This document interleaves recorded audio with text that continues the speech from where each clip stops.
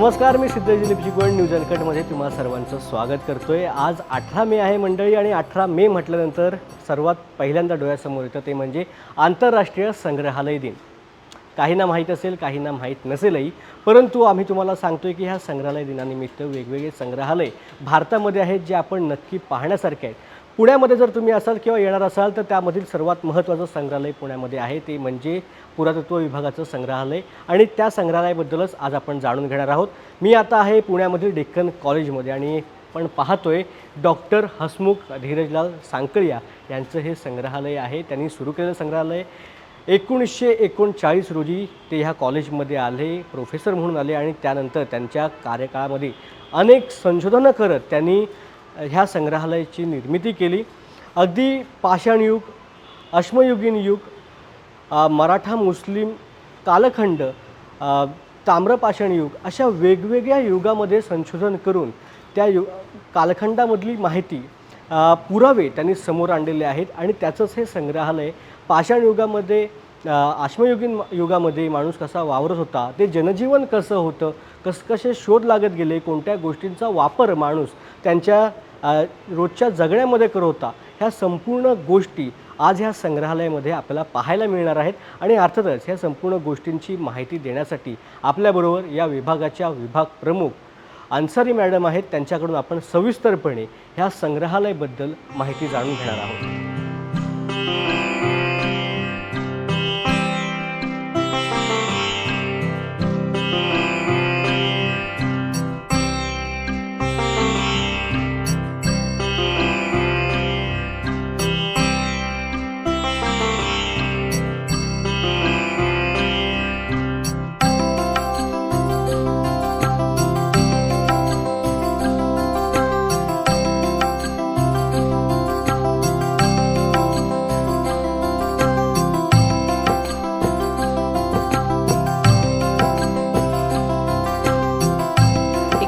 Important museum है ये। दो और मतलब एक और म्यूज़ियम है और एक नया बनने वाला है। तो ये तो जो कलेक्शन आप यहाँ पे इस म्यूज़ियम में देख रहे हैं, 1939 में प्रोफेसर एच.डी. सांकलिया सर का अपॉइंटमेंट हुआ और उसके बाद से अपने स्टूडेंट्स के साथ और जो भी उन्होंने एक्सकवेशंस किए, उत्खनन किए, उसके बाद उन्होंने जो भी कलेक्शन किया 1940, तो मेन बिल्डिंग में हमारे ये इनको रखा गया और 1962 को ये बिल्डिंग बनी। और इसमें जो ऊपर का फ्लोर आपको दिखता है पूरा, यहाँ पे 10 गैलरीज़ हैं हमारी और हर गैलरी को उन्होंने इसी तरीके से बनाया कि हम स्टेजेस ऑफ मैन के डेवलपमेंट को दिखाते हैं। स्टोन एज मैन मतलब जब वो हंटिंग गैदरिंग कर रहा था या शिकार कर रहा था, फिर उन टेक्नोलॉजिकल डेवलपमेंट जो हो तो कॉपर का यूज़ करना, जो आप उसको ताम्र पाषाण कहते हैं, इस तरीके से स्टेजेस ऑफ डेवलपमेंट को उन्होंने हर गैलरीज़ में दर्शाने की कोशिश की है।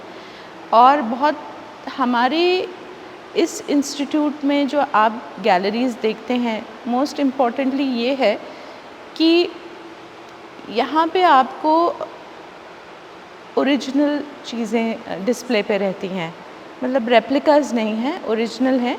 सो 200 साइट्स अभी तक डेक्कन कॉलेज ने उत्खनन किए हैं 1940 से शुरू होते हुए, और 2 लाख से ज़्यादा हमारे पास आर्टिफैक्ट्स हैं रेपोजिटरीज़ में। और कुछ ही जो है यहाँ पे डिस्प्ले की गई हैं, जैसे कि आपका 2% ही डिस्प्ले किया जाता है और उसको रोटेशन पे रखते हैं। तो सांकलिया सर ने जिस गैलरी में अभी हम खड़े हैं तो वो उनकी मेमोरी में ही है और उनके सर्टिफिकेट्स वगैरह यहाँ पे लगाए गए हैं। ये जो आप देख रहे हैं, ये वाला सेक्शन, ये वो चाहते थे कि किस तरीके से कोई भी ले पर्सन यहाँ पे आता है तो वो कैसे समझे कि हम कैसे उत्खनन करते हैं, क्योंकि हर किसी को तो मौका नहीं मिलता है कि एक्सकवेशन पे जाएं और उसमें पार्टिसिपेट कर पाए। तो ये एक टेक्स्ट बुक की तरह उन्होंने ओपन टेक्स्ट बुक की तरह बनाने की कोशिश की। तो ये हमारे नेवासा का सेक्शन है, अहमदनगर में है ये साइट। और जो भी आप इसमें मटेरियल देख रहे हैं ये रेप्लिकाज़ हैं, बिकॉज़ हम वो इतनी चीज़ों को यहाँ पे नहीं लगा सकते हैं क्योंकि उनका साइज़ बहुत बड़ा है, तो एक इस तरीके से उनको लगाया गया है। और ये जो सॉइल इसमें यूज़ की गई है वो सब ओरिजिनल यूज़ की गई है और डेवलपमेंट को दिखाता है स्टोन एज से लेकर मुस्लिम मराठा पीरियड तक। सो ये सेक्शन जो है आपको स्ट्रैटिग्राफी सीक्वेंस दिखाता है, परतें एक दूसरे के ऊपर यहाँ पे शो कर रहे हैं। तो ये जो नीचे का आप देखते हैं तो यहाँ पे स्टोन एज मैन वहाँ पे साइट है नेवासा करके, तो इस साइट पे 1,50,000 ईयर्स बैक आपके यहाँ पे मानव आए और वहाँ रहे, तो उनके जो टूल्स वगैरह हैं वो आपको सेक्शन में मिलते हैं। कुछ सालों तक वो रहे, 2 साल 3 साल 4 साल 5 साल इस तरीके से, और वो इस साइट से चले गए। इस वजह से आपको यहाँ पे एक कोई भी मटेरियल नहीं दिखता है इस सेक्शन में, तो इसको हम स्टेराइल लेयर जैसा कहते हैं कि कुछ नहीं है। उसके बाद आपको लेयरिंग शुरू होती है। सो ये हर लेयरिंग जो दिखाते हैं हम उनको साइट पे ही समझने की कोशिश करते हैं और हम उनको 3 सी के आधार पे समझते हैं, जैसे उसमें क्या कंटेंट है, क्या कलर है, क्या कॉम्पोजिशन है। कॉम्पोजिशन मतलब कि जो उसका टेक्सचर क्या है। तो उधर साइट पे भी जब उत्खनन होता है तभी भी हम देखते हैं कि अरे ये परत बदल रही है, ये नए एविडेंसेस आ रहे हैं। तो यहाँ जो काला वाला आप एक लेयर देखते हैं, तो मतलब जब ये चालकोलिथिक, ये कह सकते हैं कि अर्ली महाराष्ट्रन्स हैं और कह सकते हैं कि अर्ली जो आज हम यहाँ पे बसे हैं यहाँ पे महाराष्ट्र में लोग, तो ये ऐसे ही हम जैसे ही लोग थे और वो भी एग्रीकल्चरल प्रैक्टिसेस करते थे और ये कहीं से आए थे, आसपास से भी आ सकते हैं या कहीं और दूर से भी, शायद 100 किलोमीटर 200 किलोमीटर 500 किलोमीटर दूर से भी आ सकते थे। और इनकी खासियत ये थी कि ये एग्रीकल्चर करते थे और चालकोलिथिक कॉपर के भी टूल्स यहाँ पे मिलते हैं और इनकी एक अलग किस्म की दफन पद्धति है जो कि आप यहाँ पे देखते हैं कि 2 पॉट्स के अंदर चाइल्ड बरियल रखा गया है और यहाँ पे जो है बड़े से पॉट में जो है जो एडल्ट बरियल किया गया है। इनकी एक इस तरीके से घर बनाने की, जैसे आज भी आप गांव में जाएंगे तो आपको देखेंगे कि इसी तरीके के घर का निर्माण होता है, जैसे कि एक सिंपल विलेजर रहता है, एक एग्रीकल्चरिस्ट रहता है वैसे ही, और वो एक हेडलेस मदर गॉडेस है जिनकी वो पूजा करते थे और आपको टूल्स वगैरह मिलते हैं। तो ये जो है आप कह सकते हैं कि आज से 3000 साल 4000 साल पहले ये यहाँ पे आए और इनको हम डेटिंग ऐसे करते हैं कि जब हम उनके टूल्स के बारे में पढ़ते हैं। जो पॉटरी मिली है, जैसे कि आप यहाँ पे पॉटरी देख रहे हैं, पॉटरी के ऊपर बहुत सुंदर मृतभांड मिले हैं, उस पर ब्यूटीफुल ड्राइंग्स हैं, नेचर को दिखाया गया है, बहुत सारी चीज़ें दिखाई हैं जिससे कि हम उस वक्त के फौना, मतलब कौन से जानवर आसपास रहते थे, उनके बारे में भी जान सकते हैं। ब्यूटीफुल आपको पॉट्स मिलेंगे, उनकी ब्यूटीफुल वैरायटीज़ भी है। ये लोग भी कुछ साल तक यहाँ पे रहे और ये भी यहाँ से चले गए। मतलब कि ये एक मल्टी कल्चरल साइट है, एक सिंगल कल्चर नहीं है। तो एक नीचे है, फिर वेकेट होती है, और जब ये चालकोलिथिक पीपल यहाँ पे आके बसे, तो जब हम आते हैं तो उसको साफ़ करते हैं, उसको जलाते हैं या उसमें जितने भी प्लांट्स वगैरह हैं उनको समतल करने की कोशिश करते हैं। तो उसी हिसाब से आपको ये काला जो है कह सकते हैं राख वहाँ पे मिलता है और इस तरीके से, और ये भी चले गए यहाँ से। और फिर हमारे पास जो है अर्ली प्री सातवाहन कह सकते हैं, जैसे कि मैंने आपको कहा कि हम उनको रिलेट कर सकते हैं अपने से और भी क्लोजली। सो ये लोग आके बसे। सातवाहन तो आपको है कि आपको वहाँ पे कॉइन्स वगैरह मिलते हैं और ये एक हिस्टोरिकल पीरियड है, तो ये डेटेड है और आपको कॉइन्स मिले हैं, यहाँ पे ऐसी चीज़ें मिली हैं जिससे कि आप समझ सकते हैं कि ये इस काल का है। और आप इसमें एक कंटिन्यूएशन देख सकते हैं कि जो घर बन रहे हैं अब वो मड ब्रिक्स के बन रहे हैं। फिर आपको एम्फोराज मिल रहे हैं। एम्फोरा जो है इंडो रोमन ट्रेड को दर्शाता है, वो दिखाया है इसमें। और आपको वेल्स मिल रहे हैं, कुआं है यहाँ पे। और आपकी जो कर्न है, कर्न जिसमें आप मसाला वगैरह पीसते हैं, तो वो यहाँ पे इस तरीके का है। तो लेटर ऑन जो है अर्ली हिस्टोरिक पीरियड कहते हैं, उसमें वो उसके लेगेड 4 लेग्स के साथ वो रहता है।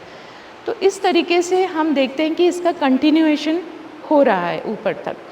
और आप अभी भी जाएंगे तो वहाँ पे आसपास आपको लोग मिलेंगे नेवासा में। तो मतलब कुछ कारणों से ये साइट अबैंडन हो गई, मतलब आप इसको छोड़ के दूसरे जगह थोड़े हट के चले गए। तो आर्कियोलॉजिकली और आजकल के प्रेजेंट स्टडी को समझना, सांकलिया सर बहुत उसके ऊपर एम्फोसिस देते थे और कहते थे कि आज की जो एथनिक कम्युनिटीज़ हैं उनको समझने की कोशिश करिए और अपने पास्ट को भी समझिए, क्योंकि उनका भी यही सोचना था कि आजकल की जो आजकल हम कैसे रहते हैं, अगर हम उनको नहीं समझ सकते तो हम पहले के लोगों को कैसे समझेंगे।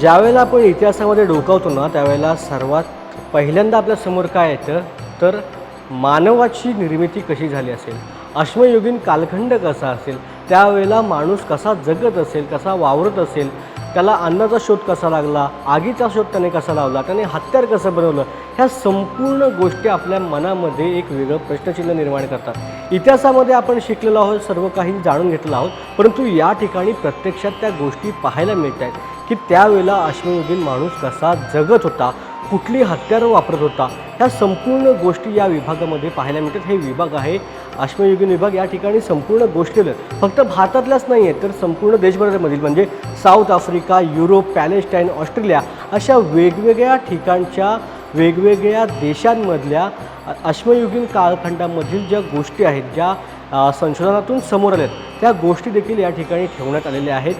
त्यावेळेला मानवाने वापरलेली दगडं असतील, त्यावेळेला त्याच्यावरती झालेले अंत्यसंस्कार असतील, कशा पद्धतीने ह्या गोष्टी झालेल्या आहेत, अवजारं कशी बनले, ह्या संपूर्ण गोष्टी जर तुम्हाला बघायच्या असेल तर या ठिकाणी तुम्ही नक्की भेट द्या।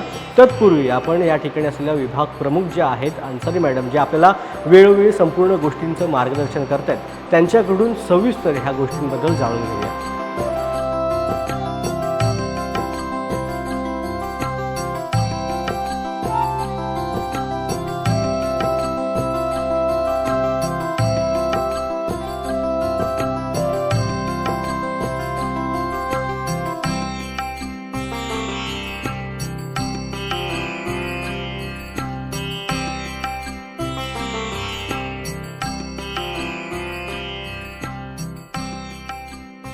प्री हिस्टोरिक गैलरी जहाँ आप अभी हैं, यहाँ पे आप कह सकते हैं कि ये डेक्कन कॉलेज का एक्सपर्टाइज करता है प्री हिस्टोरिक स्टडीज़ में।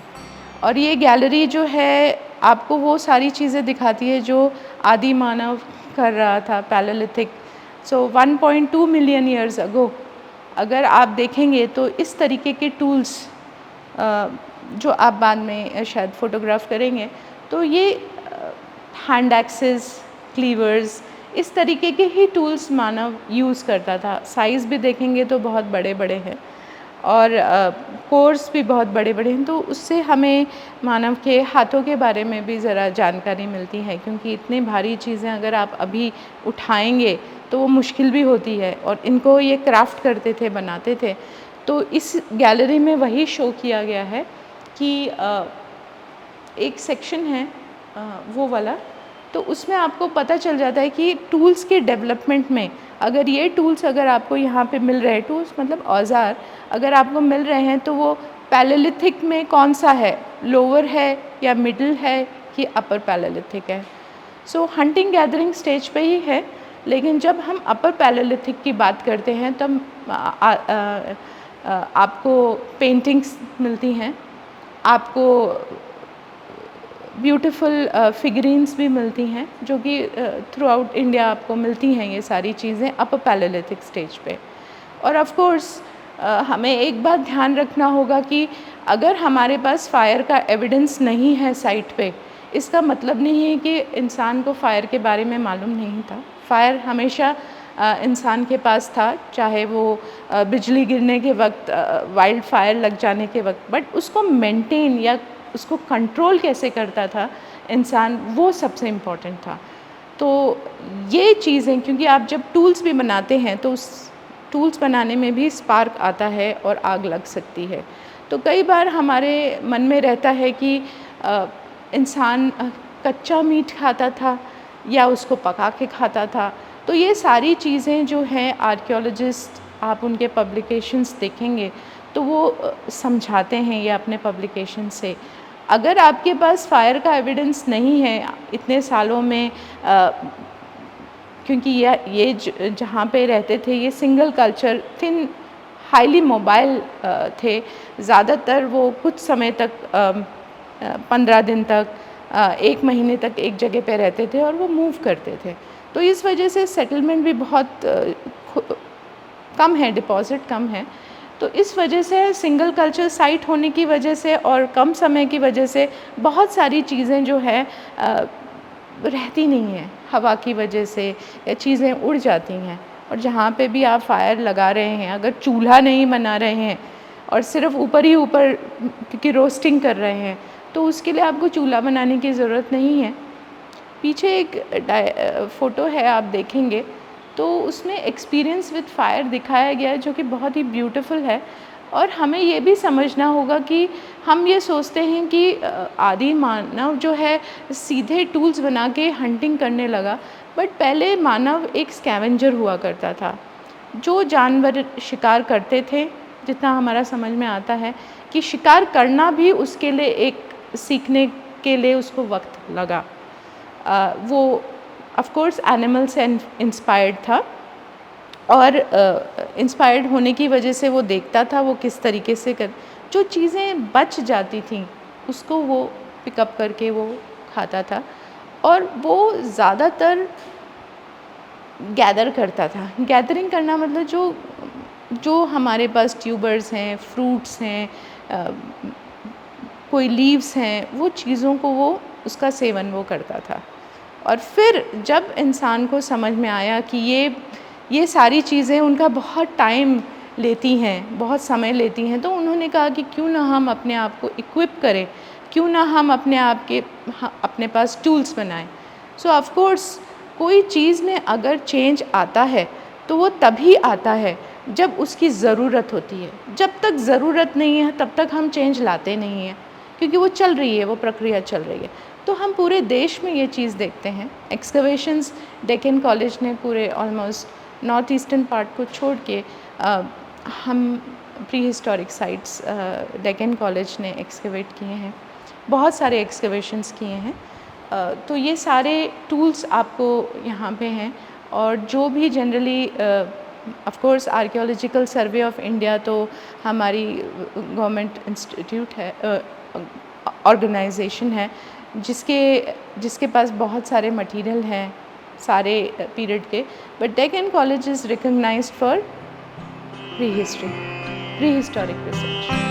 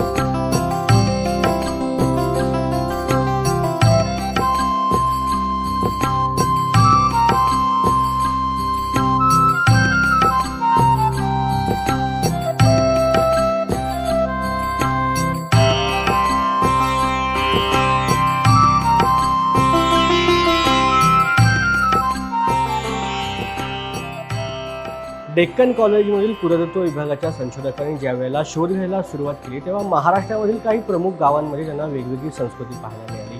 जसं की महाराष्ट्रामधील इमानगाव असेल, त्याचबरोबर नेवासा असेल, अशा वेगवेगळ्या गावांमध्ये त्यांना वेगवेगळी संस्कृती पाहायला मिळाली. त्या गावांची संस्कृती काय होती, कशापर्यंत तिथलं राहणीमान होतं, या संपूर्ण गोष्टी, तिथल्या दैनंदिन जीवनामध्ये वापरल्या जाणाऱ्या गोष्टी काय होत्या, मातीच्या कोणत्या कोणत्या गोष्टींचा वापर केला जात होता, तिथे दैवत कोणाला मानत होते, त्या दैवतांचं स्वरूप कसं होतं, ह्या संपूर्ण गोष्टी या ठिकाणी आपल्याला पाहायला मिळतात. त्याचबरोबर एक या ठिकाणी आर्ट आपल्याला पाहायला मिळतं आहे की त्या कालखंडामधली लोकं जी आहेत ती कशा प्रकारे त्यांचं जीवन जगत होते, कशा प्रकारे काम करत होते, राहणीमान कसं होतं, ह्या संपूर्ण गोष्टी आपल्याला पाहायला मिळतात. तर एक या ठिकाणी एक स्ट्रक्चर त्यांनी केलेलं आहे की इमानगाव येथील सांस्कृतिक क्रम त्यांनी दाखवण्याचा या ठिकाणी प्रयत्न केला आहे. सांस्कृतिक क्रम कशा प्रकारे होता, जो कालखंड 1 आहे त्याच्यामध्ये मावळा आहे, कालखंड 2 मध्ये पूर्व जोरवे आहे, कालखंड 3 मध्ये उत्तर जोरवे आहे, अशा प्रकारचा एक सांस्कृतिक त्यांनी क्रम या ठिकाणी दाखवण्याचा प्रयत्न केल्याचं आपल्याला पाहायला मिळते. तो सुंदर असं हे आहे.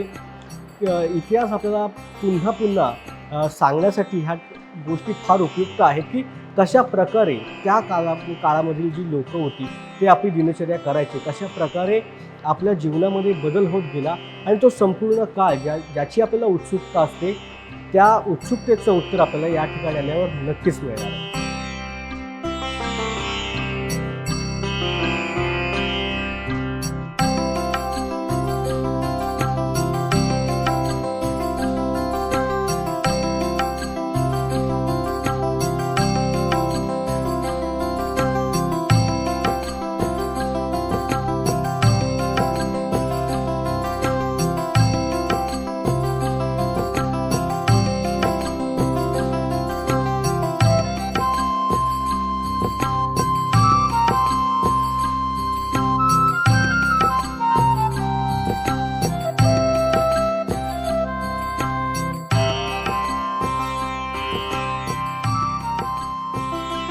ताम्रपाषाण युग चालकोलिथिक एज है।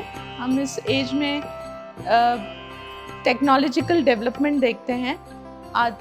मानव जो है हंटिंग गैदरिंग कर रहा है, मगर इस वक्त एग्रीकल्चरल प्रैक्टिसेस शुरू हो गए हैं और टेक्नोलॉजी इन द सेंस कि आपका पॉटरी तो आप देख ही रहे हैं, पॉटरी का डेवलपमेंट है क्योंकि इसमें फायर इन्वॉल्व होता है। फायर को किस तरीके से यूज़ करना है, मानव बहुत अच्छी तरीके से इस्तेमाल कर रहा था इस काल में। और इसी वजह से कि आप देख सकते हैं किन जो है, किन इधर ही ये बेकिंग के लिए यूज़ किया। ये ओरिजिनल है, इनामगांव साइट का है। डेक्कन कॉलेज का बहुत बड़ा और बहुत सालों तक ये उत्खनन चला इनामगांव में। और इसको डायरेक्ट इसमें आप अपने पॉटरी को बेक करते थे। अब जब चालकोलिथिक कहते हैं या ताम्रपाषाण कहते हैं तो ज़रूरी नहीं है कि उस साइट पे स्मेल्टिंग हुआ करती थी या बहुत वक्त में फोर्जिंग भी हुआ करती थी। तो हमें टूल्स मिलते हैं और ये जो आप यहाँ पे देखते हैं ये एक स्टोरेज से रिलेटेड है। आपको इससे भी पता चलता है कि एग्रीकल्चरल प्रैक्टिसेस हो रही हैं, सरप्लस है, ज़्यादा चीज़ें हैं जिसको आप स्टोर कर सकते हैं। तो जो हंटिंग गैदरिंग स्टेज से जब मानव बहुत ही ज़्यादा मोबाइल हुआ करता था, मूवमेंट करता था, अब यहाँ देख रहे हैं कि सालों साल एक जगह पे, एक साइट पे हम रह सकते हैं। इस तरीके के इनोवेशंस हमें दिखते हैं। ब्यूटीफुल है। इसमें आप देखेंगे तो ये स्टोरेज जार है। इसमें प्रोटेक्शन के लिए और इसको ब्यूटिफिकेशन के लिए भी इन्होंने कई प्रकार के चित्र, जैसे कि ये मानव है और इसके नीचे ये एनिमल है और ये इस तरीके के ड्राइंग्स भी दिखते हैं। एम्बॉसिंग के तौर पे है, थोड़ा उकेरा हुआ है ये। और बहुत सारे इन साइट्स में आपको टूल्स मिलेंगे, हंटिंग माइक्रोलिथ्स मिलते हैं, पॉटरी मिलती है और ऑफ कोर्स बोन्स मिलते हैं। उस वक्त एग्रीकल्चरल प्रैक्टिसेस है, बट आपको डोमेस्टिकेटेड एनिमल्स भी मिलते हैं। तो शिकार किए हुए भी जानवर आपको मिलते हैं और जो आप खाते थे। ये नेसेसरी नहीं है कि वो सभी लोग खाते थे, लेकिन ज़्यादा हमें मिलते हैं बोन्स। सो मिक्स्ड डाइट आप कह सकते हैं उस वक्त हुआ करती थी। बहुत है 4 लेगेड। ये देखेंगे कि ये जार जैसा है और वहाँ देखेंगे तो ये स्टोरेज के लिए भी यूज़ हो सकता है और इसके अंदर जो है बरियल भी है, एक इंसान क्या है, ओरिजिनल है ये, और ये आज से 3000 साल पुराना है। और कह सकते हैं कि दफन पद्धति का अलग तरीका है, और ये इनामगांव साइट से मिलता है, बहुत ही इम्पोर्टेंट है। और ये एक बहुत से बड़े घर में, जो उस साइट पे सबसे बड़ा घर था, उसके अंदर ये बरियल मिला है, जिससे कि पता चलता है कि शायद इगैलिटेरियन और एक टाइप ऑफ बरियल पैटर्न तो यूज़ कर रहे हैं, बट एक कोई अथॉरिटी है। उन सब चीज़ों को भी इस साइट पे एक्सकवेटर ने, जैसे प्रोफेसर धवलिकर ने हमें समझाने की कोशिश की है अपने पब्लिकेशन में। तो आप ये जो साइट्स जैसे नेवासा हैं, ये बुधिहल है, ये इनामगांव है, ये सारी जो हैं पब्लिश्ड हैं, कुंतासी साइट, जो कि धवलिकर सर ने एक्सकवेशन की है। तो बात यही है कि हम लोगों को या तो म्यूज़ियम के थ्रू पहुंचा सकते हैं अपनी इन्फॉर्मेशन, जो कि विजुअल हो जाती है। दूसरी, जैसे आप कर रहे हैं कि एक प्रोग्राम कर रहे हैं जिससे कि लोगों को अवेयर कर रहे हैं, क्योंकि आप जो लोग म्यूज़ियम में आ नहीं सकते, वो एटलीस्ट आपके थ्रू उसको देख सकते हैं। तो ये पॉपुलराइजेशन करना जो है म्यूज़ियम का, we are thankful to you कि आप ये कर रहे हैं।